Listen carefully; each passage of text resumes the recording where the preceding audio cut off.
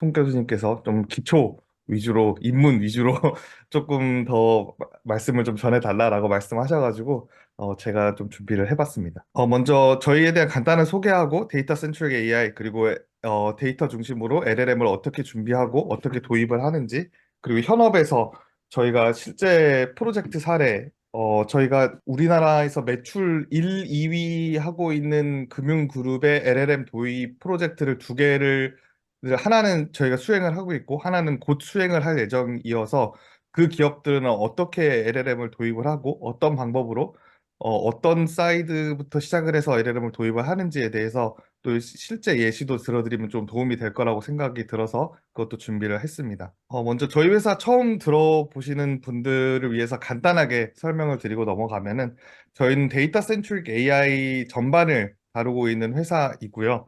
AI 모델은 기존에 있는 AI 모델 중에서 골라서 쓰면 되고 AI는 데이터가 더 중요하다. 데이터를 분석하고 데이터를 기획하고 큐레이션하고 데이터셋 구축하는 이 사이클을 계속 돌려야 된다라는 거를 저희가 강조를 하고 있고요. 그 관점에서 모든 것을 커버하고 있는 회사라고 보시면 됩니다. 2018년도에 카이스트 학생 창업 기업으로 출발을 했고요. 여러 대기업들과 함께 협업하고 있고 저희가 첫 번째 비즈니스를 시작을 했을 때 저희의 고객사는 AI 모델을 개발하고 있는 회사였어요. 그래서 삼성, 네이버, SK 같이 자기 자신의 AI 모델을 개발을 하는데 데이터적인 필요가 있는 고객들을 상대로 했다면은 저희가 지금 확장한 고객들은 이제 뭐 금융그룹, 보험그룹, AI를 막 도입하려고 하려고 하는데 뭘 해야 되는지 모르겠는 분들, 이런 분들이 AI를 어떻게 하면 도입할 수 있을지 도와드리는 일로도 확장을 했습니다. 저희가 맨 처음 시작했을 때는 카이스트 W8이라고 하는 창업 빌딩이 있는데 거기서 책상 4개 붙여놓고 출발을 했지만 지금은 이제 90명이 넘는 팀원들이 역삼동에서 데이터 센트릭 AI를 향해서 열심히 날아가고 있는 꿈나무 스타트업입니다. 예뻐해 주시면 감사하겠습니다. 그리고 저희가 여러 가지 자체 데이터 센터 구축해서 무료로 공개를 하고 있고요. 그래서 open.selectstar.ai에 들어가 보시면은 무료로 데이터셋을 다운로드 받으셔가지고 이를 활용해서 AI 연구나 공부에 활용을 하실 수가 있고요.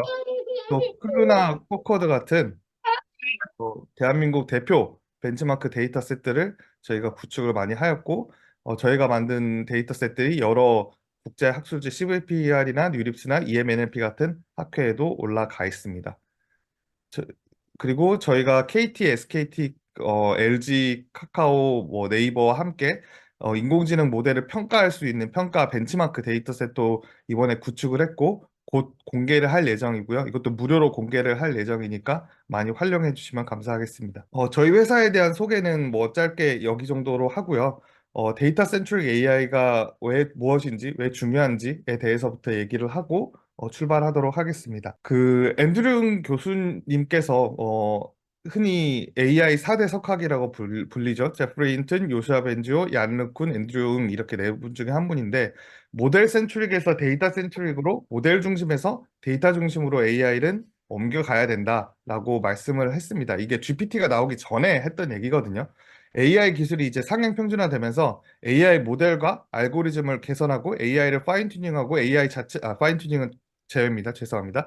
AI 모델을 알고리즘을 처음부터 개선을 해가지고 성능을 올리는 모델 중심의 AI 시대에서 이제 내 데이터, 이 모델의 파인 튜닝에 들어간 데이터 혹은 모델에 활용되는 이 데이터 자체를 봐서 AI 성능을 올리는 데이터 센트릭 AI 시대로 올라가고 있다, 바뀌고 있다라고 생각을 하고 말씀을 하셨고 이게 센세이션을 일으켰고 지금도 유효하다고 생각을 합니다. 그 전 AI 시대에서도 모델 센츄리 같은 경우에는 데이터셋을 왕창 구성을 해놓고 나는 이 데이터를 가지고 AI 모델 한번 만들어 볼게 하고 AI를 학습시키고 내 AI 성능이 왜 떨어지지? 알고리즘을 이렇게 바꿔볼까? 뭐 하이퍼 파라미터를 이렇게 조정해 볼까? 하면서 모델을 수정하고 AI를 다시 학습하고 이 사이클을 반복하는 거고요. 데이터 센트릭 AI는 AI 모델 자체를 고정을 시켜놓고 내 AI 성능이 왜 떨어지지? 뭐가 문제지? 내 데이터가 이게 문제인가? 이런 데이터 개선 사항을 분석해가지고 데이터셋을 수정하고 추가해서 이렇게 반복하는. 이 사이클을 말씀을 하게 된 겁니다. 데이터 센트릭 AI 개발의 필요가 한 이유가, 그리고 젠 AI 시대에서도 이게 중요한 이유가, AI 성능의 문제가 데이터에서 발생하는 경우가 대부분 많거든요. 말 그대로 garbage in, garbage out이기 때문에 데이터가 편향되어 있으면 AI 모델 성능이 편향되어 있고, 데이터가 이런 부분에 대한 새로운 엣지 케이스라고 하는데, AI가 이런 부분에 대해서 배우지 않았다면은 그 부분에 대해서 가르쳐주고 데이터에 보강하라고 AI한테 학습시키고 하면서 개발 단계와 실제 단계, 연구실에서는 되게 잘 되는데 리얼 월드에서는 왜 안 될까? 왜냐하면 리얼 월드 데이터에 대해서는 학습을 하지 않았기 때문이죠. 이 케이스들을 반복하는 게 중요하고요. 그리고 서비스 운영 단계에서 AI 성능의 하락의 가장 큰 원인은 데이터 분포가 변화하는 겁니다. 랩실에서, 그리고 내가 개발자에서 컴퓨터에서 개발할 때랑 이거를 리얼월드에 디플로이 했을 때랑 만나는 데이터가 다르거든요.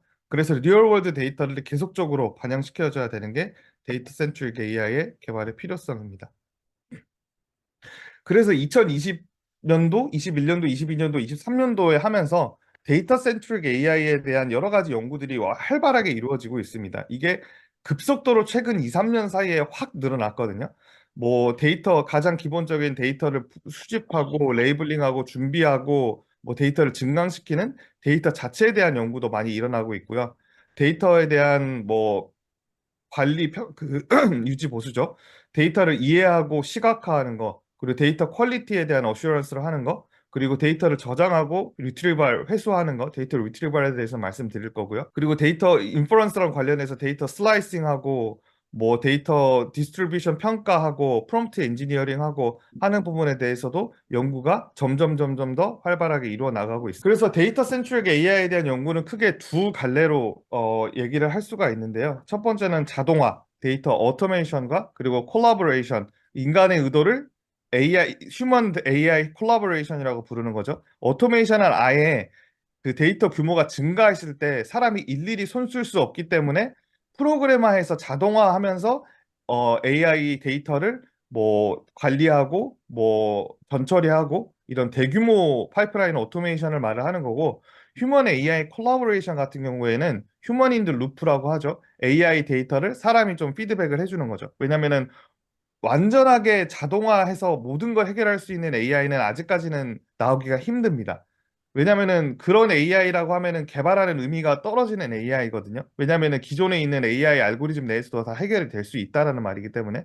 그래서 partial participation이라고 해서 사람이 중간에 들어가서 피드백을 준다든지, RLHF라고 하죠. 휴먼 피드백을 통한 강화 학습, RLHF를 한다든지, 아니면은 뭐 휴먼이 레이블링 해주든지, 야 너 이 결과는 틀렸어, 아니면은 이런 데이터는 이렇게 더 모아줘야 돼 하는 식으로 사람이 뭐 소수만, 그리고 일부, 그리고 아예 풀 파티시페이션, 이렇게 해서 AI가 휴먼이 콜라보레이션 해가지고 AI 성능을 올린다라고 연구하는 방향이 이제 콜라보레이션 쪽인 방향입니다. 그래서 뭐 데이터 센트릭 AI에 대한 리서치는 뭐 계속해서 늘어나고 있고, 2018년도부터 해서 어 구글 스콜라 퍼블리케이션 기준으로 해서 그러니까 2023년도 통계는 아직 정확하게 저희가 제지는 못했지만 이렇게 점점점 기하급수적으로 늘어나고 있습니다.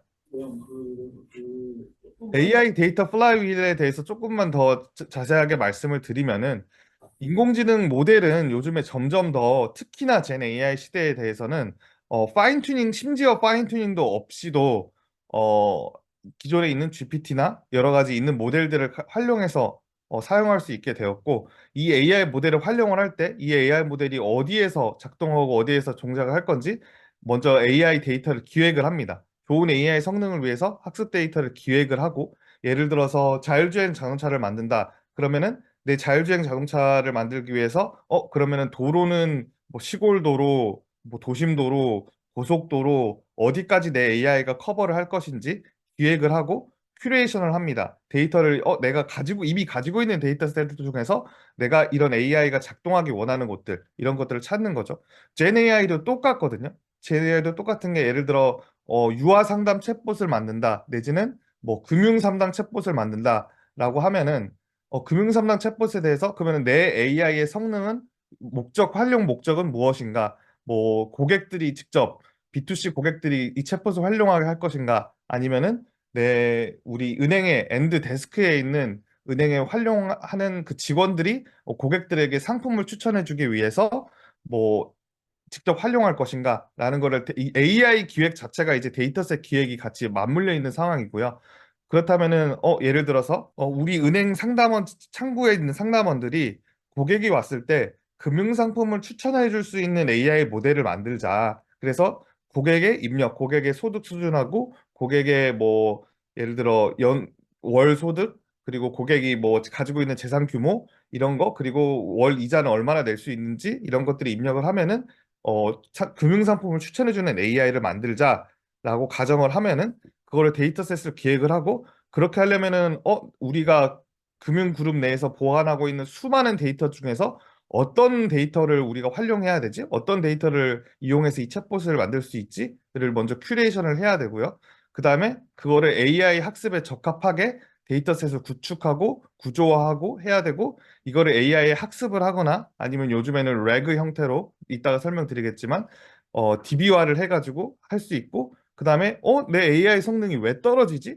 이런 부분에 대해서 AI한테 물어보니까 AI가 답변을 잘 못했어. 그러면은 내가 가지고 있는 데이터셋이 예를 들어 대출 상품에 대한 설명할 수 있는 데이터가 많이 부족하네? 라는 거를 AI 데이터를 분석하면서 찾고요. 그러면 그거를 기획에서 반영을 하고 이 사이클을 계속 반복을 하면서 계속 AI 성능을 올려야 됩니다. 그래서 이거를 AI 데이터 플라이휠이라고 부르고 있습니다. 제가 방금 금융상품의 예시를 들어서 설명을 드렸는데 전 세계에서 아직까지도 AI 데이터 플라이휠의 대표적인 사례로 가장 잘 활용되고 있는 게 테슬라 자동차 얘기거든요. 뭐 젠 AI랑 직접적인 상관이 있는 건 아니지만 아주 훌륭한 예시라서 제가 가지고 왔는데 테슬라 자동차들은 전 세계에서 계속 깔려고 도로를 주행하고 하면 할수록 그 도로 데이터들을 계속 수집을 합니다. 여러 가지 트리거들을 달아놨어요. 예를 들어 라이더하고 비전하고 미스매치를 한다든지 아니면 바운딩 박스 뭐 물체 인식을 하는데 이게 흔들림이 있었다든지 아니면 뭐 깜빡깜빡 거렸다든지 아니면은 뭐 에러가 떴다든지 이런 여러 가지 트리거들을 달아놓고 그 트리거가 발생할 시 그 전후에 있었던 데이터들을 본사로 서버로 부스팅을 합니다. 그럼 본사에서 이 데이터를 분석을 해서 내 테슬라 AI 모델이 이럴 때 이런 상황에서 페일을 했구나. 이런 도로는 얘가 처음 겪어봐서 잘 이해를 못했구나. 라는 거를 확인을 하고 이걸 데이터를 레이블링하고 모델 학습을 한 다음에 온디 에어로 다시 자동차로 그 모델을 디플로이를 해줍니다. 그래서 아까 제가 이 사이클에서 말씀드렸던 AI 데이터셋 구축, 기획, 큐레이션, 학습, 분석 이 사이클을 무한으로 돌리면서 AI 모델이 계속 똑똑해지는 거죠. 그래서 다시 LLM 얘기로 돌아와서 LLM도 또한 데이터 센트릭 AI에서 가장 중요하다고 제가 말씀을 드리고 싶습니다. GPT 1, 2, 3까지도 뭐 많이 있었고 챗GPT가 나오기 전에도 저희가 GPT 가지고 이것저것 테스트도 해보고 이것저것 또 확인해보고 할 수 있었는데 얘가 확 챗GPT 나오면서 좋아졌던 이유가 GPT가 데이터를 이용해서 퀀텀 점프를 만들었거든요. 데이터 양을 사이즈를 GPT 모델 자체는 GPT 1, 2, 3 그리고 심지어 4까지도 모델 아키텍처가 거의 유사합니다. 거의 동일한데 맨 처음에 GPT-1에는 4.8기가, 40기가, 570기가 그리고 더 많이 늘려가지고 데이터 사이즈를 이용해서 GPT가 퀀텀 점프를 이루어냈거든요. 그래서 결국에는 좋은 퀄리티의 데이터를 많은 양으로 유지를 해야지 AI 모델이, LLM 모델이 성능이 많이 올라왔구나라는 거를 좀 이해를 해주시면 좋고 GPT 같은 경우에는 5천억 개의 토큰 중에서 샘플링을 통해서 3천억 개 토큰 규모의 데이터를 학습을 했습니다. 그래서 데이터 관련돼서 중요한 어젠다들을 몇 개만 말씀을 드리면은 도메인 스페시픽 데이터를 통해서 뭐 파인 튜닝을 하든 레그를 하든 그 내 도메인에 맞는 내 도메인에 적합한 스페시픽 데이터를 통해서 학습을 하는 게 중요하고요. 또 두 번째로 말씀드리고 싶은 게 데이터 구조화와 데이터 리트리버 시스템의 중요성에 대해서 말씀을 드리고 세 번째로는 LLM을 활용한 데이터 자동 생성 가지고 파인 튜닝을 하든 SLLM을 활용을 하든 LLM 자체를 이용해서 데이터를 자동으로 생성하고 어규멘테이션 하는 거에 대해서 좀 중요성에 대해서 설명을 드리고 싶습니다. 도메인 스페시픽 데이터를 통한 학습에 대해서 말씀을 드리자면 LLM 학습을 할 때는 아예 스크래치부터 프리트레이닝을 해가지고 오픈소스 모델을 가져와서 하든 아니면 아예 모델을 처음부터 빌딩을 하든 뭐 기초 바닥부터 쌓아가는 방법이 있고, 두 번째로는 뭐 우리가 흔히 알고 있는 파인 튜닝, 이제 어느 정도 완성된 모델에 그런 하이퍼 파라미터를 조절할 수 있고, 하이퍼 파라미터를 조절하거나 아니면은 일부 우리 데이터 도메인에 적합한 데이터들로 파인 튜닝, 미세 조정을 해가지고 AI를 활용하는 방법이 있을 수가 있겠습니다. 프리 트레이닝을 처음부터 한 사례는 블룸버그 GPT를 들 수가 있는데요. 챗 GPT 이후에 나와가지고 이름도 블룸버그 GPT라서 이거 완전 GPT 그 파인 튜닝한 거 아니야? 라고 저도 맨 처음에 생각을 했는데, 사실 블룸버그가 이거는 처음부터 프리 트레이닝에 해서 만든 사례라고 합니다. 가지고 작년 4월에 금융 분야에 특화해서 50빌리언 규모의 언어 모델을 만들었고, 이제 지난 40년 동안 블룸버그가 수집한 여러 가지 금융 관련 문서들을 수집해가지고 3,630억 개 이상의 토큰 규모의 금융 데이터를 구성을 했고요. 그리고 금융 분야에 대해서 일반 분야 대비 모델 성능이 높게 나오고, 이제 53일간 엔비디아 A100 GPU를 활용해가지고 만들었고, 모델 개발 비용은 270만 달러, 어, 30억 원 정도 되나요? 1만 달러가 1,000만 원이니까, 네, 30억 원에서 40억 원 규모의 예산을 가지고 블룸버그 GPT를 만들었다라는 거를 보여드리고요. 이때 금융 데이터 3,635억 토큰을 사용했다고 하는데, 일반 데이터는 3,454억 토큰을 사용했습니다. 이거 오타로 억이 빠졌는데, 그래서 51대 49로 일반 범위의 데이터들, 그러니까 금융과 상관없는 일반 범용적인 데이터들도 적절하게 조합을 하는 게 중요하다라는 거를 프리 트레이닝을 할 때 좀 사례를 볼 수가 있었고요.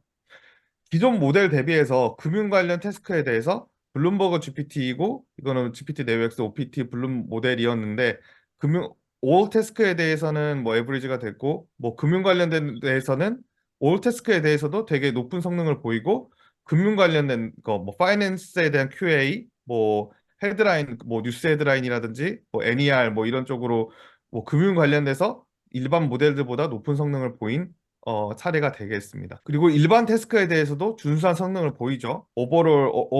오버롤적으로도 일반적인 뭐 데이터 언더스탠딩, 하이퍼리페이션, 뭐 로지컬 리덕션, 뭐 이런 여러 가지 태스크에 대해서도 되게 상대적으로 높은 성능을 보이고 있음을 볼 수 있습니다. 그리고 파인 튜닝에서 활용한 사례는 매드팜2가 있을 텐데요. 팜2가 이제 구글 바드에도 활용된 모델인데, 구글 리서치가 이제 5월에 공개한 최신 의료 전문 언어 모델입니다. 이제 구글에서 만든 팜2, 바드에도 최근까지 활용되고 지금도 활용되고 있고, 제미나이랑 같이 겸용해서 활용되고 있는 모델인데, 팜2를 의료 데이터셋으로 인스트럭션 파인 튜닝을 해서 개발을 했습니다. 가지고 이거 같은 경우에는 팜2 모델에다가 어, 의료 데이터셋만 일부만 학습시켜가지고 모델을 돌렸는데, 미국 의사 자격 시험 벤치마크에서 최고 성능을 기록을 했고요. 그리고 20만 쌍의 데이터를 가지고 의료 QA 데이터라고 말하면은 의료에 대해서 질문 답변 데이터셋이죠. 의료에서 뭐 내가 여기가 이렇게 이렇게 이렇게 아픈데 내가 무슨 병일까라고 하면은 전문가의 답변을, 의사 인정받은 사람의 답변을 받은 그 20만 쌍의 전문가 Q&A 데이터를 가지고 파인 튜닝만 했을 뿐인데 의사 자격시험 벤치마크에서 최고 성능을 냈습니다. 그래서 요즘에 데이터셋 중에서 되게 유행을 하고 있는 게 QA 데이터셋이거든요. 이런 식으로 파인 튜닝 해가지고 초대형 언어 모델을 만든 다음에 인스트럭션 파인 튜닝을 통해서 전문가의 자격을 가지고 있는 질문 답변 데이터셋, 뭐 의사 자격을 가진 사람이 뭐 사람이 질문했을 때 이거에 대한 답변을 달아줬다든지, 아니면은 변호사 자격을 인증받은 사람이 뭐 변호사 관련돼서 질문을 넣었을 때 답변을 해준다든지, 그리고 저희가 지금 또 진행하고 있는 게 은행원들이 질문에 대해서 답변을 직접 생성을 해줍니다.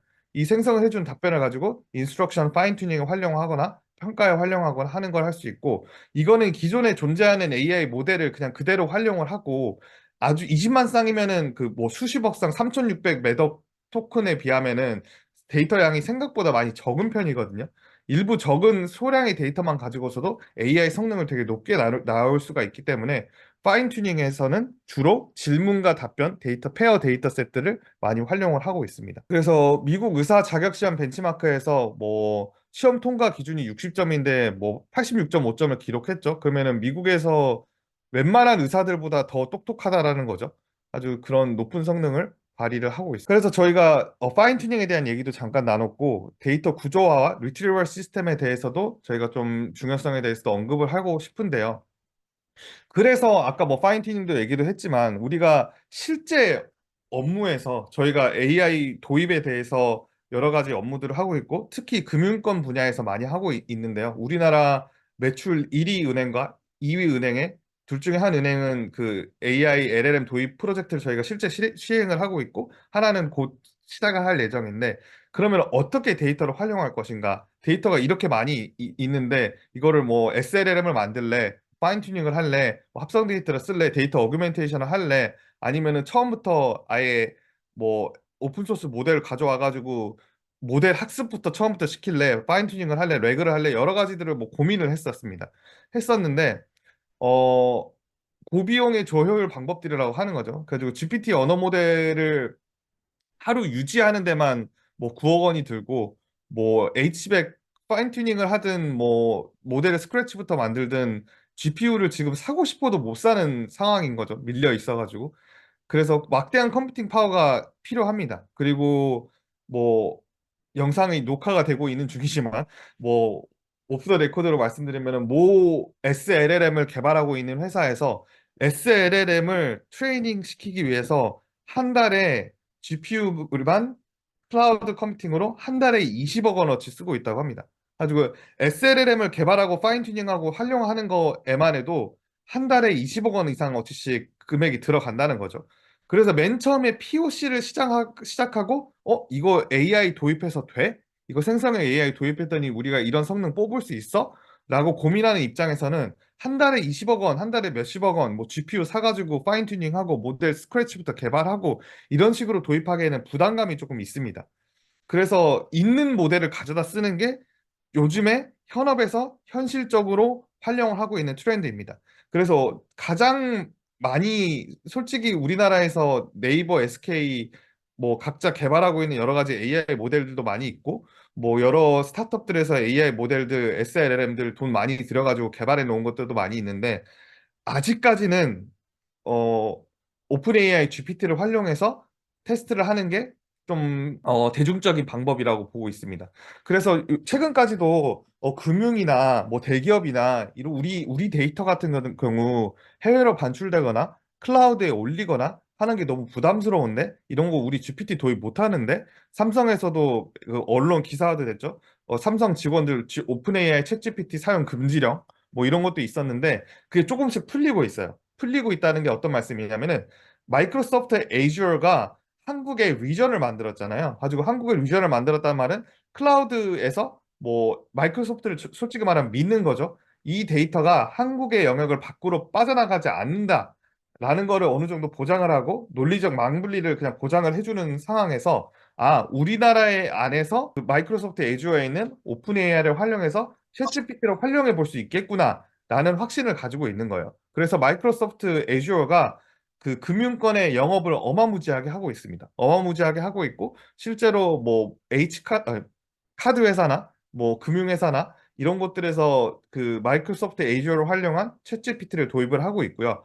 유저의 좀 민감한 크리티컬한 데이터를 직접 올리기보다는 기존에 그냥 공개되어 있는 정보들, 예를 들어서 금융상품 춘천이라든지, 뭐, 기존에 뭐, 은행 홈페이지에 다 공개가 되어 있기 때문에, 뭐, 클라우드에 올려도 상관없는 거, 이런 것들로부터 출발해서 테스팅을 많이 해보고 있는 게 요즘 가장 최신의, 저희가 지금도 진행하고 있고, 업계에서도 진행 중인 최신의 트렌드입니다. 그래서 이렇게 기존에 존재하고 있는 오픈 AI 모델을 활용을 해서 한번 POC를 해보자. 우리가 from scratch로 AI 모델을 개발을 하거나 파인 튜닝을 하거나 했을 때 모델 비용과 GPU 비용이 너무 많이 들기 때문에 일단 기존에 존재하고 있는 AI 모델을 활용을 해가지고 파인 튜닝 없이 뭐 스크래치부터 트레이닝 없이 한번 활용을 해보자라고 할 때 활용을 할 수 있는 가장 효율적인 방법이 RAG입니다. RAG가 Retrieval Augmented Generation이라고 하는 건데요. 제가 지난번에 여기서 특강을 했을 때 레그에 대해서 간단하게 설명을 드렸었는데 레그를 활용을 하는 게 되게 좋은 이유가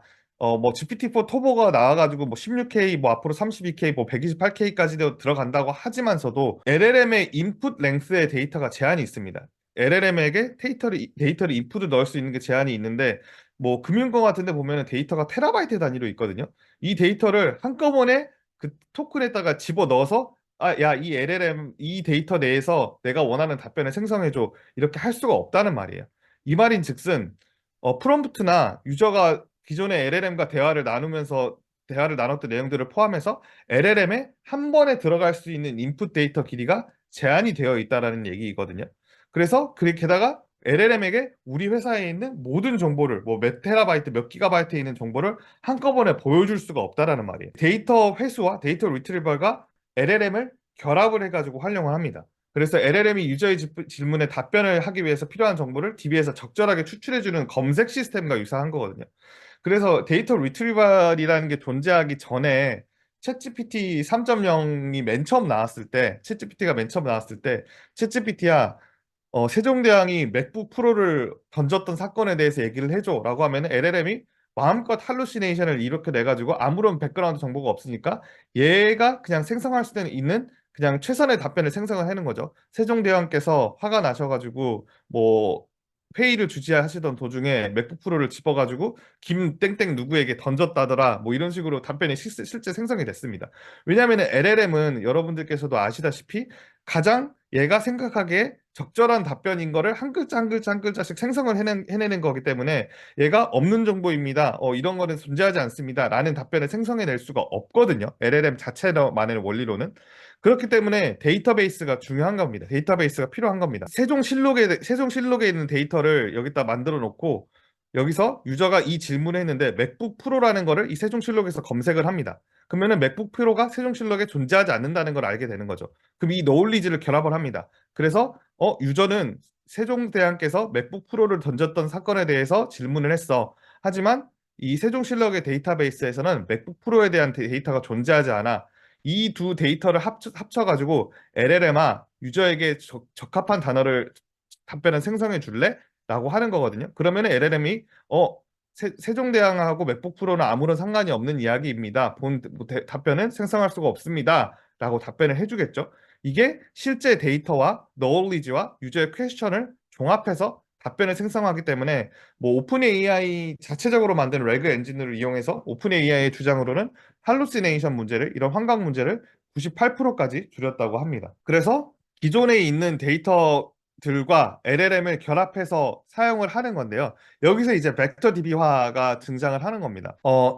유저가 질문을 했을 때 검색 엔진을 돌려가지고 이 유저가 질문했던 내용과 유사한 내용을 패스지에서 가져와가지고 LLM 답변에 합쳐가지고 생성을 하는 건데 이게 벡터 DB화에 대해서 아주 간단한 원리를 설명해 주자면은 word to vec, 뭐 sentence to vec 이런 말을 뭐 들어보실 수도 있고 안 들어보실 수도 있을 거예요. 이거는 일정 데이터를 256차원 내지는 512차원 뭐 n 차원의 점으로 치환을 하는 겁니다. 뭐 2차원 뭐 예를 들어 한 점을 뭐 2차원의 점으로 2차원의 그래프를 그려가지고 뭐 예를 들어 뭐 33.2라는 정보가 있다고 생각을 해보면은 이거는 2차원 그래프에서 3컷이 2칸의 2차원 그래프에 한 점으로 치환을 할 수가 있잖아요.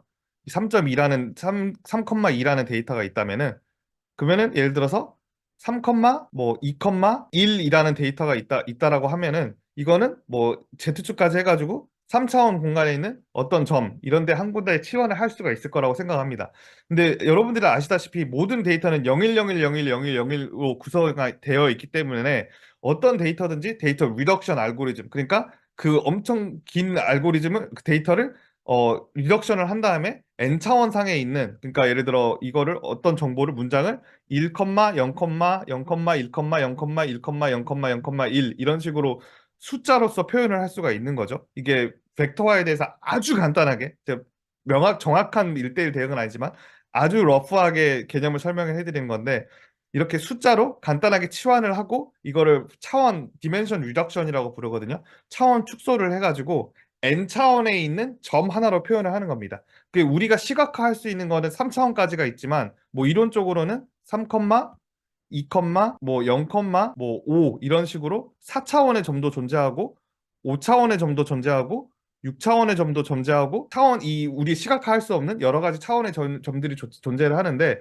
어떤 문장이든 어떤 단어든 어떤 뭐 패스지든 이런 식으로 차원을 축소하고 수치화해서 n 차원에 있는 점 하나로 표현을 할 수가 있는 거거든요. 이거를 벡터화라고 합니다. 그러면은 시밀러리티 서치가 뭐냐면은 유사한 단어는 n차원상에서 뭐 3,2와 3,1은 이 그래프상에서 가까이 위치하고 있잖아요. 3,2, 0, 5, 6, 7과 3,2, 0, 5, 6,6은 근처에 위치하고 있단 말이에요.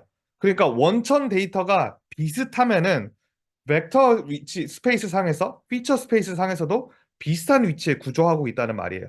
그래서 이 시밀러리티 서치의 원리 자체가 벡터화를 시켜서 이런 차원에 있는 점화로 축소를 시킨 다음에 내가 원천 데이터가 예를 들어 뭐 맥북 프로를 찾아봤는데 맥북 프로라는 단어가 이 벡터 스페이스 상에 없네.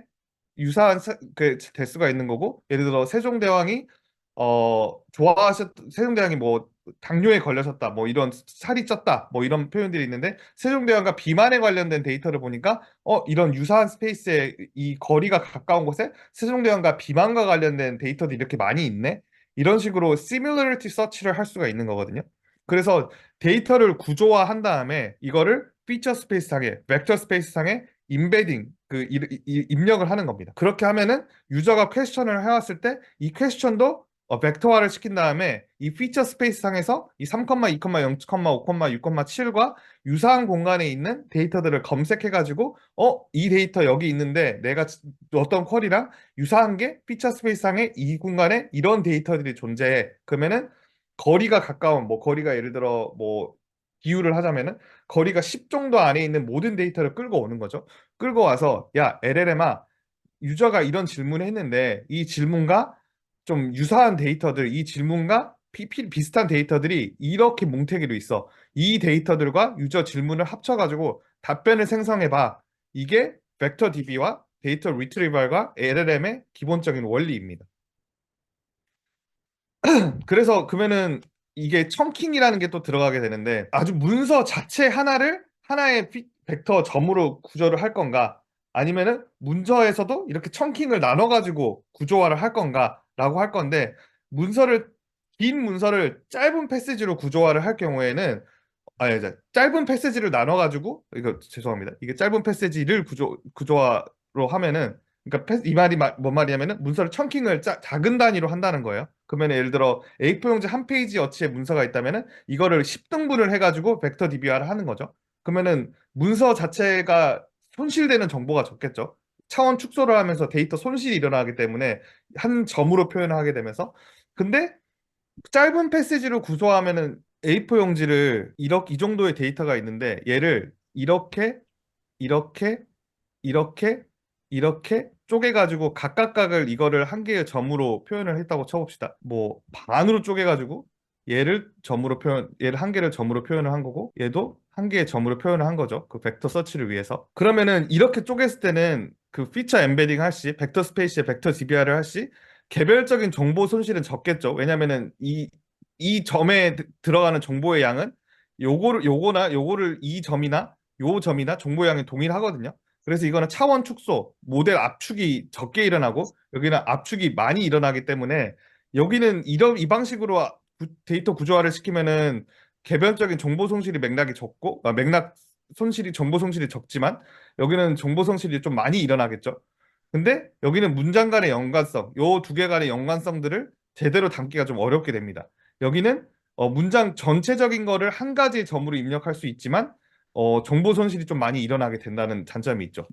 여기는 최대한 많은 정보를 DB화를 할 수 있기 때문에 할루시네이션 현상이 최소한으로 일어나게 되지만 여러 내용을 종합해야 되는 질문에 대한 답변이 어려워지는 거고요. 여기는 여러 내용들을 이게 묶어가지고 DB화를 시키기 때문에 여러 내용을 종합해야 되는 질문에 대해서 답변이 가능하지만 이제 환각 할루시네이션 현상이 좀 늘어나게 됩니다. 그래서 문서를 일정한 규칙으로 구조화하는 경우가 있고 문서의 특징을 맞게 구조화를 하는 경우가 있는데 일정한 규칙으로 구조화를 하는 거는 프로그래밍 형식으로 해서 그냥 서류 하나별로 뭐 타이틀 하나별로 구조화해 하면은 커스터마이징 없이 자동으로 구조화 가능할 수가 있고, 이거는 문서의 특징에 맞게 구조화하면은 이제 내 데이터베이스를 까보면서 내 전체 데이터 중에서 내 서류에는 어떤 타입들이 있고 이 타입에 대해서는 이렇게 구조해야 되고 저 타입에서는 저렇게 구조해야 되고 해서 이게 휴먼 리소스가 많이 들어가게 되는 거죠. 하지만 연관성이 높은 정보끼리 잘 묶이게 되고 첫 번째 방식으로 했을 때는 실제 필요한 정보들끼리 대체로 묶이지 않을 수가 있습니다. 그래서 저희가 실제 이게 금융 프로젝트로 하는 건데 이것도 아주 간단한 예시거든요. 가지고 문단 단위로 구조화를 한 거죠. 그냥 다 필요 없고 프로그래밍하게 자동으로 이 문단을 하나의 점으로, 요 문단을 하나의 점으로, 하나의 점으로 하고 여기는 문서를 읽어서 이 문단에서 그냥 프로그램 상으로 짜면은 여기가 잘리지만 사실 얘는 요게 딸려 있는 거잖아요. 요 안에 있는 스몰 표 안에 문단은.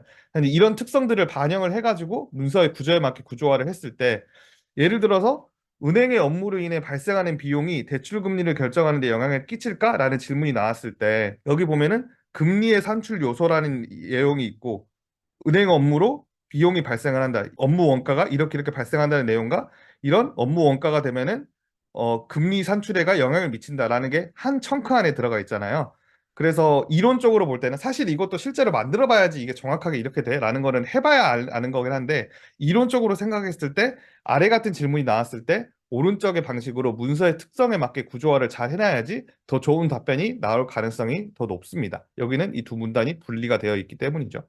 그래서 데이터 구조화 방식에 따라서 더 편하게 만들까 아니면 더 규칙적으로 만들까 아니면 더 사람들이 일일이 들어가게 해야 돼서 만들까 문서 특성화에 대해서 만들까 여러 가지 트레이드 오프들이 있을 수 있는데 한도 끝도 없이 맞춰서 만들 수도 없고 또 한도 끝도 없이 편하게 자동화를 할 수도 없고 실제 현장에서는 고려해야 될 변수가 훨씬 많지만 LLM 활용의 이용에 있어서 데이터 리트리발과 구조화가 아주 핵심적인 영역입니다. 뭐 검색 시스템의 로직이라든지 기존에 보유한 문서들의 형식이 얼마나 일관적일지, 뭐 데이터 구조화 전처리에 쓸 수 있는 리소스가 어떻게 될지, 뭐 문서의 형식을 맞출 수 있을지, 뭐 여러 가지들을 다 고려를 해야겠죠. 뭐 이런 식으로 구조화를 하지 않는다면은 우리가 가지고 있는 다큐멘트들 다 통째로 인터프리터 안에다 넣어가지고 LLM 사이즈에다 넣어야 돼서 16K 토큰, 그 LLM 토큰 사이즈가 우리 AI 성능의 한계인 거고 인풋 토큰 사이즈가 크면은 대충적으로 LLM이 느려지는 성향이 있더라고요. 반드시 그런 건 아니지만 좀 그렇게 느껴지더라고요. 그래서 구조화를 하지 않는다면은 이 다큐멘트 용량이 이 LLM의 그 용량하에 제한될 수밖에 없다라는 것도 말씀드리고 싶습니다. 그래서 뭐 제가 GPT 스토어 예시를 하나 보여드리고 싶은데요. GPT 스토어 이미 많이들 써보셨을 거라고 해서 제가 좀 스킵을 어느 정도 제가 시간이 벌써 40분이 지나가지고 제가 데모를 보여드리기보다는 그냥 스크린샷으로만 좀 보여드리고 싶은데 GPT를 누구나 쉽게 만들 수 있습니다. 크리에이티 GPT 들어가가지고 그냥 여기에 있는 GPT 이름, GPT 디스크립션, GPT 인스트럭션에다가 그냥 이렇게 질문을 넣어버리는 거죠. 간단한 설명. 이 GPT는 사용자가 업로드한 엑셀을 분석하고 질문에 대해서 답변을 해주는 챗봇입니다. 이 챗봇을 사용자들은 엑셀에 관련된 질문에 대한 답변을 해야 돼. 그냥 규칙들을 입력해주고 뭐 시작 대화, 뭐 파일 업로드 이렇게 할 수 있는데 뭐 시간 이 그래도 있으니 제가 그냥 바로 데모를 한번 GPTS를 아직 안 만들어 보신 분이 있을까 봐 간단하게 설명을 드리는 겁니다. 교수님 제가 이거 시간을 언제까지 쓸 수 있죠? 몇 분 쓸 수 있는지 제가 말씀을 못 들어가지고 예, 편하게 쓰셔도 될 것 같습니다. 중간에라도 질문 있으시면은 언제든 인터럽션 하셔도 됩니다. 여기 GPT 스토어 안 해보신 분들에게 간단하게 설명을 드리면은 누구나 나만의 챗 GPT를 만들 수 있는 거거든요. 얼마나 쉬운지 보여드리면 새로운 GPT 만들기 해서 요거를 그대로 복사 붙여넣기 해볼게요. GPT가 어떻게 활동했으면 좋겠는지 이 엑셀 파일을 제가 엑셀 파일을 업로드 해볼 거예요. 이 엑셀 파일을 분석해주는 챗 GPT로 만들 건데 지금 엑셀 파일을 업로드한 분석하고 질문에 대해서 답변을 해주는 챗 GPT입니다. 아주 쉽게 만들었죠. 그러면 제가 업로드한 파일이 어떤 파일이냐면은 그 HR 관련된 파일이에요. HR 관련된 데모 파일인데 뭐 여러 사람들의 이름이 나와 있고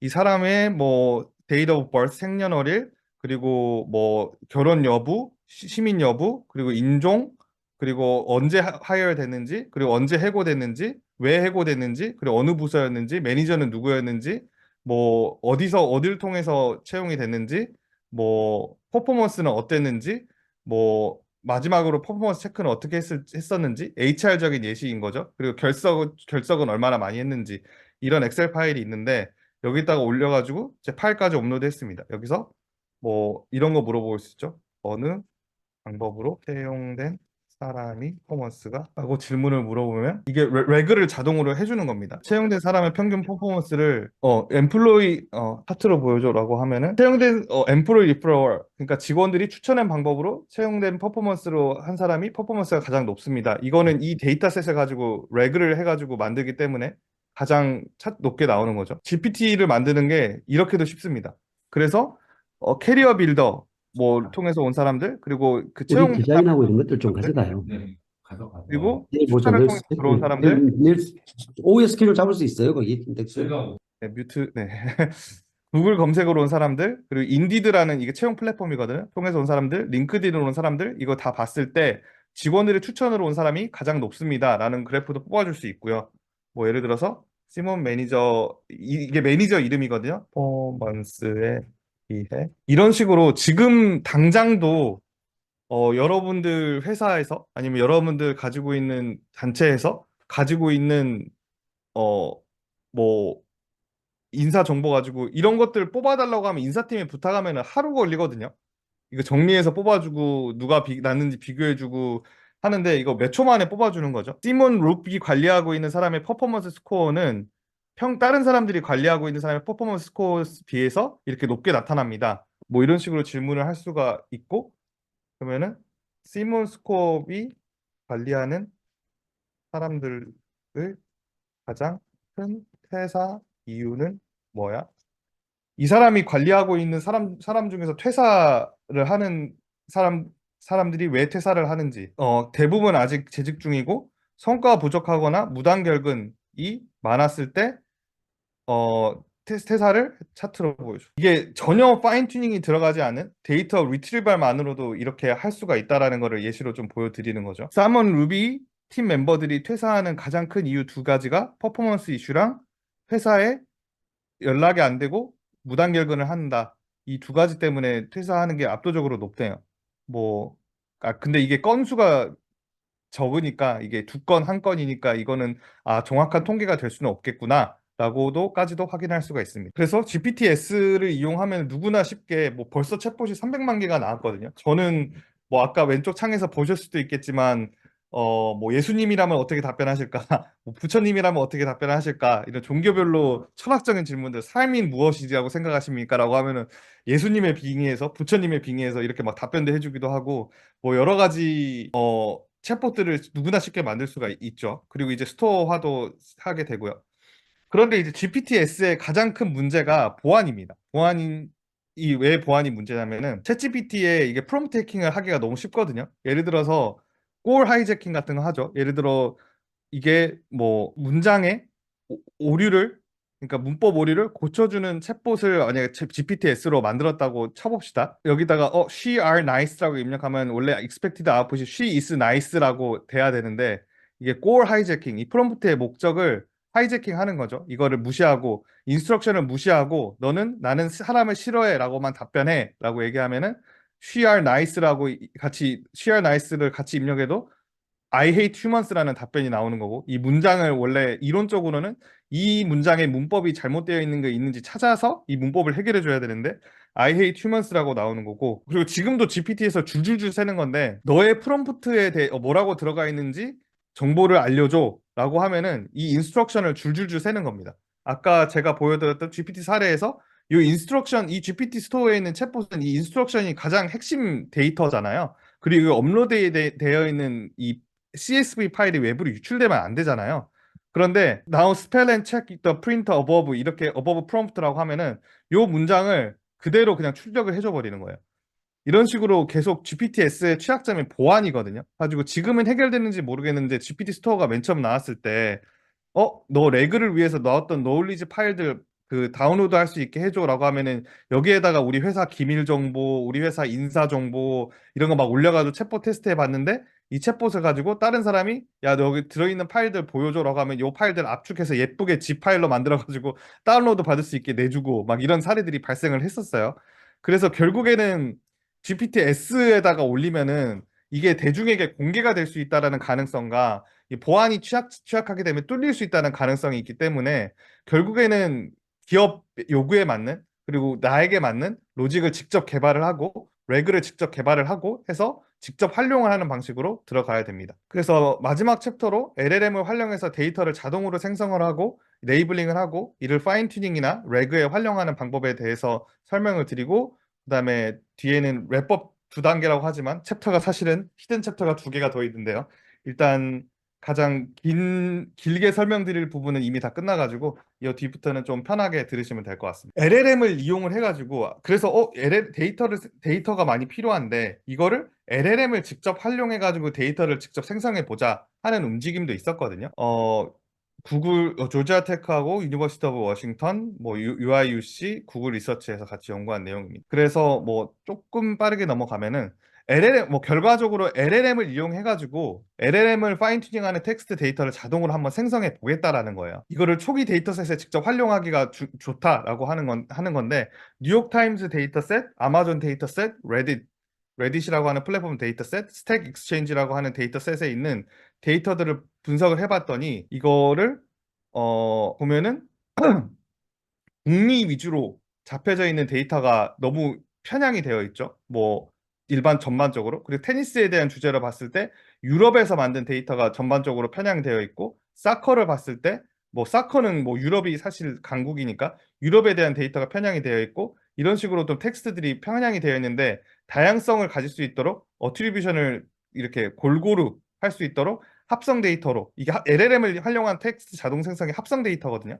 합성 데이터를 만들어서 생성을 해봤다라는 거고 이 생성을 했더니 제로샷으로 했을 때에 비해서 스코어들이 되게 높게 나오더라. 그래서 다양성이 있는 그 LLM을 활용해서 텍스트를 자동으로 생성하는 거는 리얼월드 데이터랑은 어트리뷰션이 조금 다르지만 데이터의 다양성을 보장하기 때문에 초기 데이터셋을 구축을 할 때 합성 데이터를 활용해가지고 활용하면은 성능을 뭐 82%까지 일반 제로샷보다 81%가 아니죠. 죄송합니다. 스코어가 일반 제로샷보다 훨씬 더 높은 81.3년까지도 끌어올릴 수가 있다라는 것을 보여드릴 수가 있고요. LLM을 활용해서 텍스트를 자동으로 생성을 한 사례에 대해서 하나 설명을 드리면은 모 회사에서 클래시피케이션 문제였어요.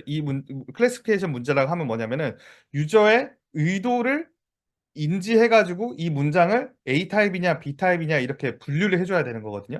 그러니까 예를 들면은 식당에 예약 전화를 하라고 전화를 했어요. 식당에 전화를 해서 저희 가족 한 4인 가족이고요. 한 8시쯤에 식사하고 싶은데 거기 식당 예약 되나요? 라고 물어보면은 사실 유저의 의도는 8시에 4인 가족 예약해 주세요가 돼야 되는데 LLM의 답변이 네, 저희 식당은 예약을 받습니다. 어떻게 도와드릴까요? 라고 답변이 나온 거예요. 이게 그냥 러프한 예시예요. 그러니까 문장이 좀 복잡해지면은 유저의 의도를 제대로 이해하지 못하고 그냥 맨 마지막에 말했던 문장에 대해서만 직접적인 답변을 해준다는 거예요. 그렇기 때문에 데이터 어규멘테이션이 필요했거든요. 그래서 이건 문장은 애매하지만 사실은 예약을 문의하는 문장이야 라는 식으로 꼬리표를 레이블링을 달아줘야 되는데 저희가 LLM을 활용을 해서 그 시드 데이터를 이런 식으로 애매한 문장들을 LLM을 활용하지 않고 맨 처음에는 사람들을 활용을 해가지고 태스크 스페시픽한 데이터를 저희가 직접 만들었습니다. 사람들이 직접 만들어가지고 AI 모델을 활용을 해가지고 이거를 뻥튀기 해서 제네레이션을 했어요. 이거는 애매한 문장이지만 의도는 A야. 이거는 애매한 문장이지만 의도는 B야. 이런 식으로 사람이 가지고 직접 만든 100% 골드 데이터셋을 활용을 해가지고 LLM에다가 직접 넣어가지고 모델 제너레이트 데이터를 넣어서 이제 샘플링을 저희가 그 데이터 아까 분포 분석을 얘기를 했었잖아요. 그 레그를 하면서 벡터화를 해가지고 가장 어트리뷰션이 넓게 분포할 수 있는 골고루 분포할 수 있는 데이터를 확보를 해가지고 이거를 사람이 휴먼 인더 루프로 저희가 아주 초반에 휴먼 AI 콜라보레이션이라고 설명했던 부분 있죠. 가지고 사람이 들어가서 이거는 제대로 분류됐어. 이건 제대로 분류되지 않았어. 하고 분류를 했습니다. 다시 설명드리면은 맨 처음에 시드가 되는 데이터, 골드가 되는 데이터를 사람이 생성을 합니다. 그 다음에 AI 모델을 통해서 이것과 유사한 데이터를 뻥튀기해서 확 많이 만듭니다. 그 다음에 세 번째로 다양성을 확보하는 형태로 벡터 DB화 시켜가지고 가장 뭉쳐져 있지 않고 골고루 분포되어 있을 수 있는 데이터 형태로 샘플링을 한 다음에 휴먼 밸리데이션, 사람이 들어가서 밸리데이션을 하는 형태로 제작을 했고요. 각 단계를 거칠 때마다 그냥 기존의 방법으로 데이터를 생성했을 때에 비해서 정확도가 아주 많이 개선이 됐던 거를 볼 수가 있습니다. 그래서 뭐 1점 몇 퍼센트가 이제 숫자로는 작아 보이지만 뭐 이거 1% 올리면은 논문 게재할 정도로 그 아주 획기적인 성능 상승이거든요. F1 스코어가 퍼센티지로 1.0 미만으로 이렇게 보는 거기 때문에 이제 퍼센티지 싸움으로 봤을 때 밸리데이션 형태로 이렇게 많이 올라가는 것도 볼 수가 있고요. 또 가장 준수한 레이블링 정확도가 아주 준수하게 그래도 잘 나오고 가장 중요한 거는 휴먼으로 써서 데이터 레이블링하거나 데이터 생성하는 것보다 GPT나 AI 모델 써가지고 하는 게 획기적으로 비용이 저렴합니다. 그래서 낮은 비용이기 때문에 이제 LLM을 활용해서 자동으로 레이블링을 하거나 데이터를 생성을 하거나 해서 파인 튜닝에 아니면은 데이터 레그에 활용하는 것도 아주 좋은 방법입니다. 랭체인에 대해서도 좀 언급해 달라고 말씀하셔가지고 랭체인에 대해서는 뭐 디테일하게는 못 들어가고요. 왜냐하면 디테일하게 들어가려면 무조건 데모를 보여드려야 돼가지고 이거는 데모를 활용을 한 다음 세션에서 설명을 해드려야 될 것 같고 랭체인은 LLM의 그 챗GPT가 나오기 전부터 만들어지고 있었습니다. 2022년 말에 미국 개발자 해리슨 체이스라는 사람이 이제 오픈소스 프로젝트로 구성을 했고요. LLM에 구동되는 서비스를 개발하게 한 프레임워크입니다. 일종의 SDK이고 이거를 각 사에 맞게 템플릿을 제작해가지고 이렇게 끼워 맞춰서 블록 조립하듯이 프론트엔드, 백엔드 작업을 통해서 이렇게 서비스를 구축을 하는 건데 뭐 간단하게 설명을 해주자면은 블록 끼우듯이 뭐 나 일단 데이터 리트리버에서 데이터 리트리버 레그 엔진 필요해. 그럼 레그 엔진 오픈소스 이거 갖다 붙이고 뭐 벡터 DB가 필요해. 그럼 벡터 스토리지 할 수 있는 벡터 전환할 수 있는 거 갖다 붙이고 뭐 AI 모델은 이거 쓸 거야. 오픈소스 모델은 저거 갖다 붙이고 이렇게 할 수 있도록 말 그대로 체인처럼 연결해가지고 이 모델 이거 해가지고 블록 조립하듯이 나는 이거는 뭘 쓸 거야. 이거는 뭘 쓸 거야. AI 모델은 뭐 라마 70B를 쓸 거야.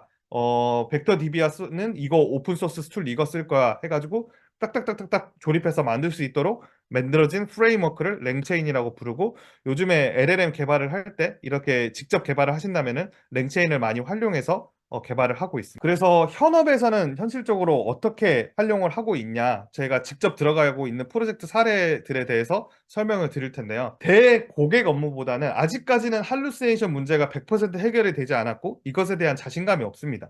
그래서 AI 성능이 떨어지는 건 상관이 없는데 이루다 사태처럼 문제를 발생하는 거에 대해서 아직은 기업들이 많이 걱정을 하고 있어요.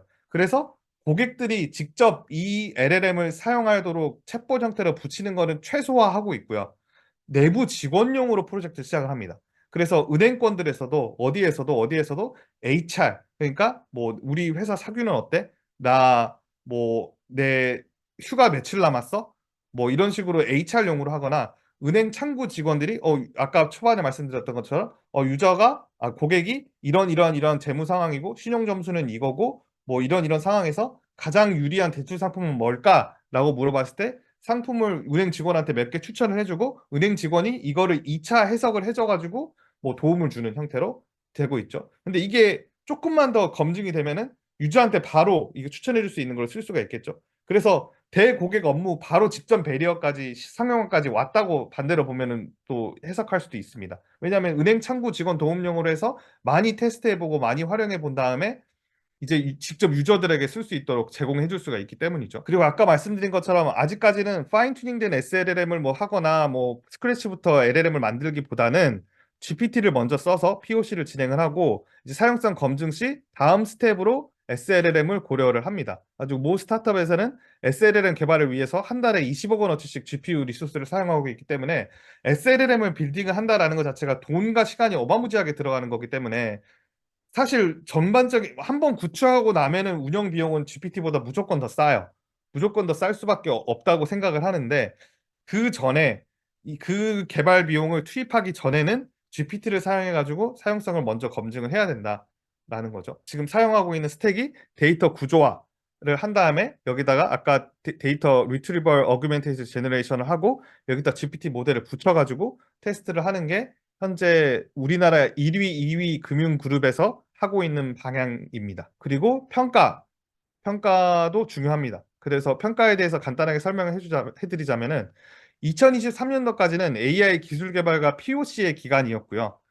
2024년도부터 본격적으로 AI 실제 도입의 시기에 돌아온 것 같거든요.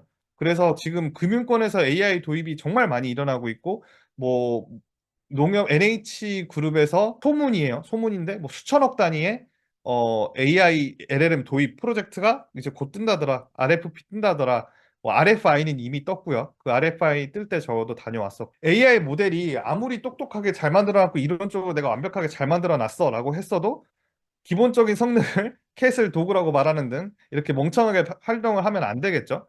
그래서 내 AI가 정상적으로 작동을 하는지, 윤리적인 문제를 안 일으키는지, 할루시네이션은 없는지 객관적으로 검증하고 나서 적용을 해야 됩니다. 그래서 S은행, K은행 등등 저희가 LLM 도입의 프로젝트에서 항상 함께 포함되어 있는 게 모델 평가예요. 아, 그래서 이 GPT가 했어. 도입을 했어. 그리고 레그를 통해서 이거 빌딩을 했어. 이거를 실생활로 배치를 하기 전에, 직전에 항상 무조건 해야 되는 게 모델 평가거든요. 이 모델이 그래서 우리 그 고객에 대한 정보에 대해서 정확한 금융상품을 추천해 주니? 이런 거를 확인을 해봐야 되는 거거든요. 실제로 저희 매출이 이런 데이터 구조화와 AI 모델 평가에서 일어나고 있고요. 현재 현업에서, 은행에서. 그래서 오픈 LLM 리더보드를 보면은 평가에 대해서 얘기를 조금 해드리자면은 뭐 에버리지 스코어가 80.48이고 뭐 챗GPT는 진작 넘었고 챗GPT보다 우리 스마우그 모델이 우리 로라가 퓨전넷이 트루스플 이게 훨씬 더 잘해요라고 리더보드 상에는 되게 이런 LLM 모델들이 많이 있는데 그래도 사람들이 써보고 정성적인 느낌으로 봤을 때 GPT가 더 나은 것 같은데 GPT 이기는 거 아직 현실적으로 없잖아요.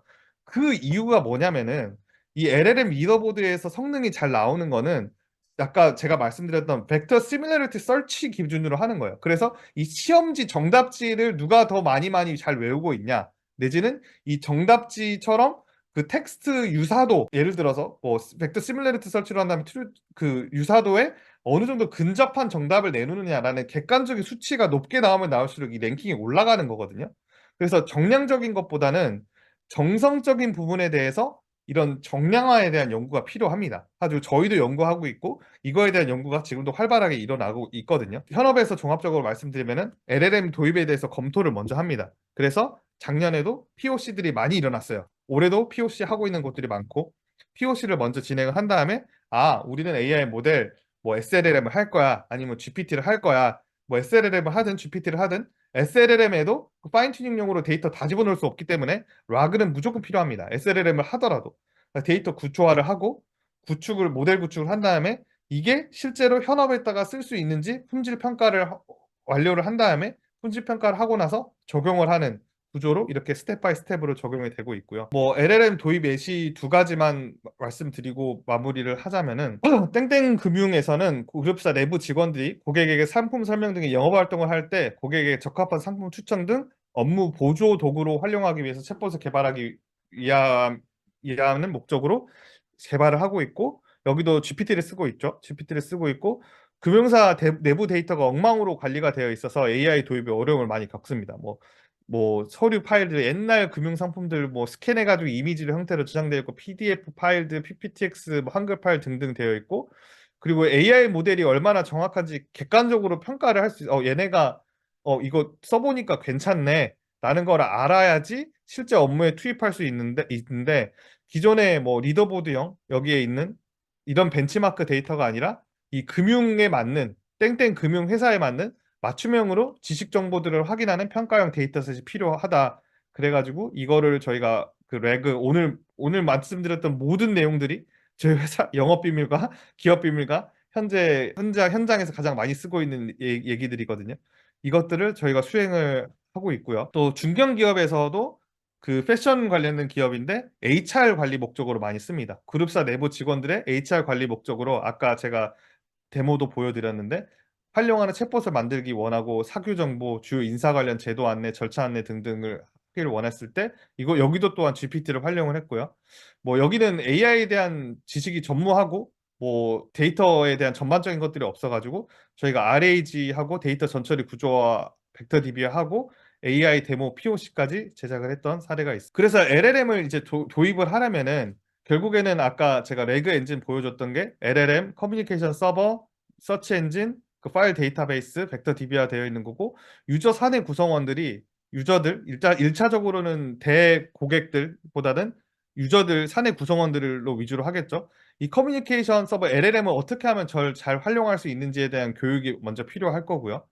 그리고 널리 벡터 DBR을 할 때 카테고리는 몇 단계로 나눌 건지, 서류는 뎁스는 몇 뎁스로 나눌 건지, 이 서류 뎁스랑 상관없는 독립 영역들은 어떤 것들을 나눌 건지, 뭐 이런 식으로, 그리고 청킹은 어떻게 할 건지, 지식 재구축을 벡터 DBR을 필요할 거고요. 그 다음에 이 패러그래프화된 것들을 이제 그 평가, 그 사내 구성원들을 위해서 정답들을 생성들을 여러 가지를 해줬을 때 최종 답변을 어떻게 생성을 해놓은 거고 이 답변이 유저가 넣은 질문에 대한 다큐멘트를 잘 반영하고 있는지 평가를 할 수 있도록 확인도 해야 될 것 같습니다. 그래서 오늘 좀 1시간 10분 동안 현업에서 데이터 센트릭 AI에 대해서도 설명을 드리고 현업에서 LLM을 어떻게 활용하고 있는지에 대해서 얘기 드리고 벡터 DBR라는 게 무엇이고 데이터 리트리버리 무엇이고 그 원리가 어떻게 되는지도 설명드리고 또 현업에서 또 금융 쪽에서 어떤 식으로 현실적으로 AI 데이터가 활용되고 있는지도 말씀드리고 GPTS에 대한 뭐 데모도 간단하게 보여드렸습니다. 가지고 새로운 페이스를 지금 맡고 있습니다. 가지고 기존에는 데이터 AI 기술을 올리면 되고 데이터 뭐 테스트 해보고 논문 많이 써보고 뭐 이렇게 해가지고 논문에서 점수 많이 나오면은 1등이고 했는데 현실적으로 이제 AI가 적용이 되는 시대가 올해부터 작년 말부터 열리고 있습니다. 가지고 이때도 결국에는 데이터가 중요하다. 가지고 데이터 센트릭 AI 시대라고 생각을 하고 있고 금융이 됐던 공공 영역이 됐던 의료 영역이 됐던 데이터를 어떻게 청킹하고 벡터 DB화하고 잘 쌓고 이를 존재하는 AI 모델에다 잘 활용할 수 있을지 그리고 처음부터 B2C 일반인들 용도로 확 오픈하는 것보다는 이거를 뭐 공공 영역이라면 공무원분들이 활용해 가지고 대민 그 활용을 잘 할 수 있도록 의사 선생님들이 잘 활용할 수 있도록 금융 뱅커들이 잘 활용할 수 있도록 그 테스트를 먼저 진행을 하고 그 다음 단계로 확장하는 게 중요하다까지 설명을 드렸습니다. 여기까지 제 발표를 마치도록 하겠습니다. 1시간 10분 동안 열심히 달려왔는데 경청해 주셔서 감사합니다. 네, 좋은 강의 감사드립니다. 아까 거의 기업 비밀을 말씀하실 정도 네네네. 너무 감사드리고요. 되게 송세경 회장님께서 이제 저를 채찍질을 하셔서 좀 더 내놔 이렇게 하셔가지고 일부 발표 자료들 다 긁어 모아가지고 만들었습니다. 네, 감사드립니다. 혹시 질문 있으신 분 계실까요? 아까 최호은 교수님께서 뭐 질문 주실 것 같았었는데요. 네네. 지금 요즘 가장 핫한 이슈인 RAG에 대해서 설명을 해주셔가지고 정말 뜻이 깊었던 것 같은데요. 네. 저는 이제 RAG 쪽 질문 드린 것보다 아까 이제 GPTS 데모를 살짝 보여주셨잖아요. 네네. 거기서 이제 약간 해킹의 문제가 좀 있더라고요. 저도 보니까 해킹의 문제가 굉장히 심각한데, 그랬을 때 이제 인스트럭션 말미에 네. 해킹 방지형 문구를 보통 요즘은 집어넣어가지고 해킹을 방지하는 경우가 있는데, 네네. 혹시 대표님께서도 그런 식으로 좀 처리를 하고 계시는지 좀 여쭤보고 싶고요. 그리고 이제 네네.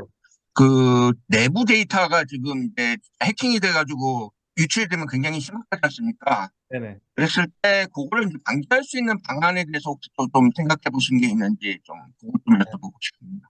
네, 그 프롬프트 인젝션이랑 이게 사실 또 어디까지 연결이 되냐면은 이게 평가 다음으로 레드 티밍인 거예요. 레드 티밍이라 하면은 AI 모델을 이제 공격을 하는 거거든요. 골 하이제킹, 프롬프트 리킹 해가지고 너 이런 데이터 유출을 시켜 이렇게 뭐 해봐 하고 이렇게 공격을 하고 이거를 디펜스하고 이거를 AI 레드 티밍이라고 부르는데 이거를 반복을 해야 되는 것들이 있고요. 사실 GPTS 같은 서비스는 구조적으로 결국에는 언젠가는 프롬프트로 이런 식으로 막아봤자 그 프롬프트를 어떻게 우회하고 프롬프트 해킹할 수 있는 방법을 알아내면은 뚫릴 수밖에 없는 구조거든요.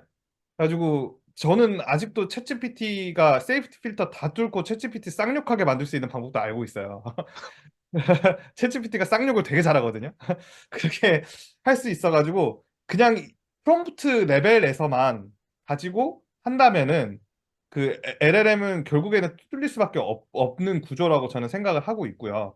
그래서 결국에는 RAG 형태를 통해 가지고 나만의 구조를 만들어야 되는 거죠. 이런 식으로 프롬프트에다가 올려놓은 거하고 요거는 DB가 이 LLM이 접근할 수 없게 별도로 분리가 되어 있잖아요. 이거는 아까 GPT-S 같은 경우에는 이 한 LLM에다가 이 프롬프트 자체에다가 입력되는 프롬프트 자체에다가 인스트럭션이 들어가 있기 때문에 하이제킹하거나 인스트럭션 리킹을 하거나 이렇게 하는 게 가능한 건데 레그 형태로 분리를 아예 시켜놔 버리면은 이 DB는 우리가 이 중간에 있는 AI 모델이 서치 엔진이 인터프리테이션 해가지고 요 정보를 넣어주는 거지 LLM이 요 정보에 접근할 수 있는 권한은 없는 거거든요.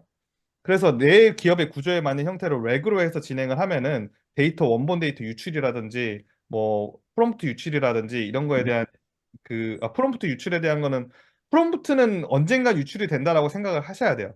근데 최대한 프롬프트를 유출되지 않도록 이거를 외부 DB로 빼놓는 게 중요하다라고 보시면 될 것 같습니다. 네, 혹시 다른 분 질문 주실 분 있을까요? 제가 질문이 하나 있는데요. 네네. 이제 결국엔 LLM이라는 것 자체가 최신성에 대한 건 좀 제한이 있지 않습니까? 이게 학습을 해서 최신의 정보들을 업데이트하는 게 좀 문제가 있을 것 같은데 네네. 지금 렉 같은 경우에는 이걸 통해서 데이터베이스를 바꾸게 되면 그런 최신화 이슈도 조금 더 해결이 되는 건지 얘가 맞습니다. 걱정. 그리고 또 한 가지 더는 결국에는 렉에서 그 데이터베이스를 크게 만들고 LLM을 최대한 단순화시키게 되면 오히려 LLM의 응답 속도가 느려지는 건 아닌지 그것도 좀 궁금합니다. 맞습니다. 정확하게 맞고요. 그렇기 때문에 지금 그 사이에서 밸런스를 잘 잡는 게 중요하죠. 근데 이건 진짜 해봐야 아는 영역입니다. 또 한 가지 더 있는데 요즘에 이제 워낙 특허 이슈가 많기 때문에 이런 이제 생성 AI 관련해서 특허를 낼 때 이런 프롬프팅 같은 것도 특허가 가능한 건지 그것도 혹시 아시는 거 있는지 여쭤보고 싶어요. 그 분야에 대해서는 제가 잘 모르겠습니다. 프로푸딩도 특허가 가능할까? 힌트는 왜냐- 네, 저작권적인 부분에서 가능하지 않을까요? 저는 그 저작권 왜냐면 그걸 제가 왜 물어보냐면 결국 프롬프팅이 루킹이 될 수 있다고 치면 그런 네네 프롬프팅에 대한 그런 밸류를 각 회사나 개인들이 확보를 해야 되잖아요. 네네. 그럴 때 이런 지식재산권이 인정이 되는지 혹시 이런 것들 현업에서 고민 안 해보셨는지 그게 여쭤본 거거든요.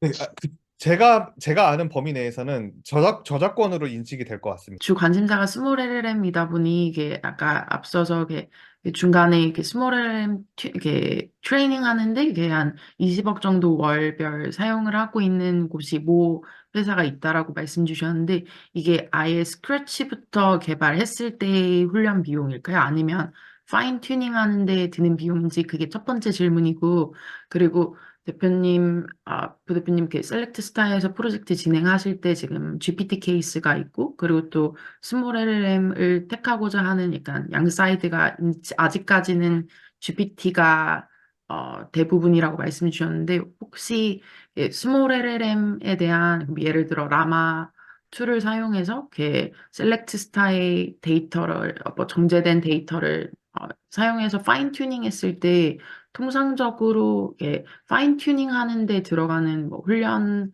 시간이나 이런 거에 대한 레퍼런스가 있으신지 궁금합니다. 첫 번째는 from scratch가 맞고요. from scratch가 맞고 SLLM을 이용해서 from scratch로 좋은 성능이 나오려고 하면은 데이터를 트릴리언 토큰 단위로 사용을 했다고 합니다. 트릴리언 토큰 이렇게까지 말하면은 회사가 특정되죠. 트릴리언 토큰 단위로 만들고 있어가지고 정말 비용과 시간이 많이 들고 있는 것 같고 그리고 SLLM을 직접 그러니까 저희가 고객사가 크게 두 종류가 있는데 아예 자기 자체 AI 파운데이션 모델을 만드시는 분들, 삼성, 네이버, LG 같은 대기업 분들하고 이제 AI 한번 도입해 볼까 하는 분들이 두 번째 레벨인데 아직까지는 저희가 SLLM을 해가지고 모델 만들고 하는 고객이 없었어요. 그러니까 주변에 SLLM을 만드는 분들, 그러니까 SLLM을 도입을 하겠다가 아니라 나만의 SLLM을 만들겠다 하는 분들을 위해서 저희가 데이터를 납품한 적은 있는데 그거는 저희가 얼마나 인스트럭션 파인 튜닝 하는데 뭐 시간과 돈이 얼마나 들었어요 뭐 이런 거를 저희가 물어볼 수는 없잖아요. 그분들 자체 모델을 만드시는 거기 때문에 근데 저희가 이제 상담을 하는 AI를 도입하기 원하시는 분들 중에서는 아직까지 SLLM 파인 튜닝 해가지고 있는 오픈소스 모델 파인 튜닝 해가지고 한 사례가 없습니다. 다 일단 GPT 가지고 시작을 먼저 하는 단계도 지금 하고 있는 중. 부대표님 좋은 강의 너무 감사드립니다. 오늘 모임 끝내도록 하겠습니다. 감사합니다.